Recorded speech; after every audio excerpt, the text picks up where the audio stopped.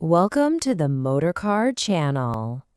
Today, we're going to tackle an English idiom that you've probably experienced without even knowing there's a name for it. Backseat driver.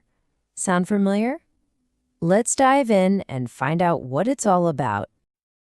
Okay, let me ask you something. Have you ever been in this situation?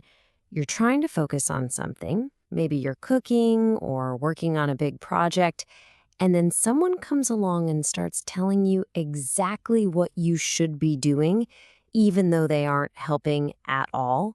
Ring a bell? I bet it does. Well, for that exact kind of annoying situation, English has the perfect idiom. So let's break down what a backseat driver really is. So here's the core idea. A backseat driver is someone who loves to give you advice, criticism, or just unwanted orders while you're the one in control. The key part, they have absolutely no responsibility for the outcome. Think about it literally. They're giving directions from the back seat of a car. They aren't steering, they aren't hitting the brakes, so if you crash, it's not on them. The two things to remember are unwanted advice and zero responsibility. That's a backseat driver in a nutshell. Of course, the best way to really get an idiom is to see it in action, right? So let's look at our first example, which is in a very personal and super common context. Okay, so take a look at the comparison here. The Indonesian version really captures that frustration, right? Dia selalu jadi backseat driver. And then you look at the English, and it's almost identical. She is always a backseat driver. This is the most classic, most literal use of the idiom you'll ever see. The really important part of that sentence is the second half. Padahal aku yang menyetir. Or in English, even though I'm the one driving. See that emphasis? That's the heart of what backseat driving is all about. It's not just about advice. It's about someone crossing a line. They're trying to take control when it's clearly your responsibility. All right, now let's switch gears and see how this applies outside of an actual car. Because believe me, this idiom gets used a lot in professional settings like at work. So let's take this into the office. Picture this scenario. In Indonesian, bosku suka jadi backseat driver dalam proyek.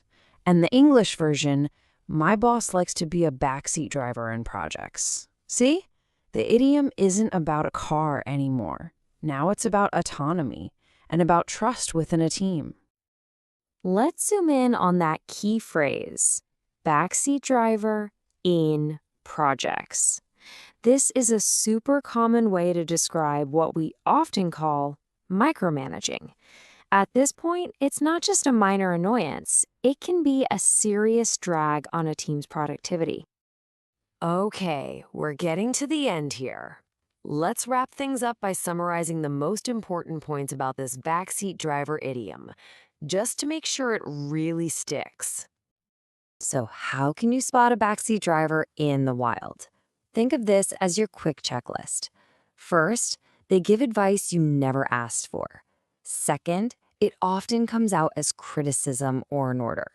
Third, they're meddling in something that's not their business. And fourth, this is the big one. They take zero responsibility for the results. If you can check off all four of those, yep, you found a backseat driver.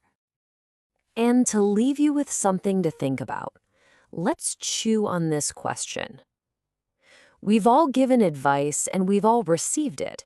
The real question is, where's the line? When does good advice with good intentions cross over into annoying backseat driving? It's an interesting thing to consider, isn't it? And that's our look at the idiom backseat driver. Hopefully, you feel a little more confident about what it means and how to use it now. Thanks so much for watching, and we'll see you in the next Motorcar Channel Explainer. Thank you for watching this video. Hopefully useful. Don't forget to like and subscribe.